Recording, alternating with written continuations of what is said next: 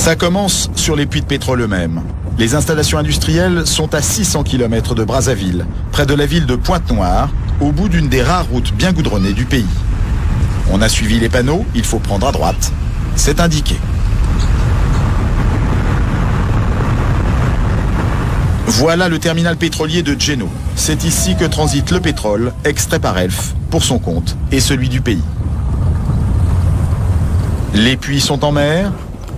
Au bout d'un chemin, il n'y a rien à voir, si ce n'est quelques tuyaux qui s'enfoncent dans l'océan, derrière une grille. Problème, à partir de cette grille, fini le Congo, tout est contrôlé par Elf, dans le plus grand secret. C'est ce qu'affirme l'ancien président de la République, Pascal Lissouba. Selon lui, le Congo ne savait même pas combien de pétrole était extrait de son sous-sol. Nous ne savions rien de ce qui se passe et nous n'avons même pas la quantité du pétrole qui sortait de notre pays. Nous ne la connaissions pas.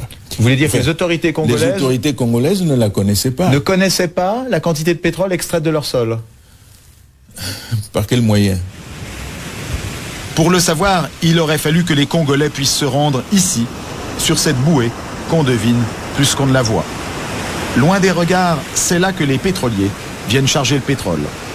Seulement voilà, les navires sont elfes, les employés sont elfes, les chiffres sont donnés par elfes et les autorités du Congo assurent qu'elles n'ont pas les moyens d'aller vérifier.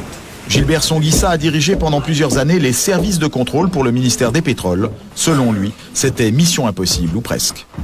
Pour aller contrôler, naturellement, il faut faire appel aux moyens des compagnies pétrolières. C'est-à-dire que vous-même, est-ce que vous aviez vos propres bateaux, vos propres hélicoptères pour pouvoir aller sur les plateformes? Non, pas du tout. Vous aviez combien de bateaux?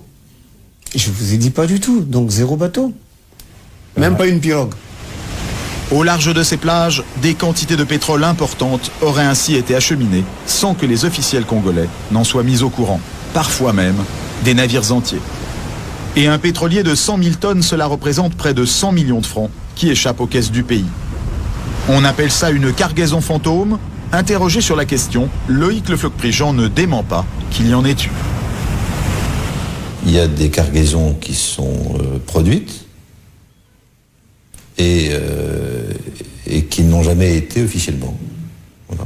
C'est des choses qui sont arrivées, bien sûr, dans le passé, quand les dispositifs de comptage n'étaient pas aussi précis que maintenant. Alors, on peut estimer qu'aujourd'hui, les dispositifs de comptage sont précis, du moins dans certains pays. Alors si je prends l'exemple quand même concret des pays africains, et notamment dans les années 70, 80, 90, est-ce que les systèmes de comptage étaient précis? Les systèmes de comptage étaient imprécis. Ces manipulations, les cadres congolais du pétrole s'en doutaient, mais impossible alors pour eux de poser trop de questions à Elf. Dans sa maison de Brazzaville, nous avons rencontré Saturnin Okabé. Il a été plusieurs fois en prison pour ses idées politiques et a été écarté de la gestion du pays depuis plusieurs années. Mais dans les années 80, il a été un des grands patrons des pétroles congolais. Selon lui, il n'était pas facile de contester ouvertement l'honnêteté d'Elf et des autres compagnies pétrolières.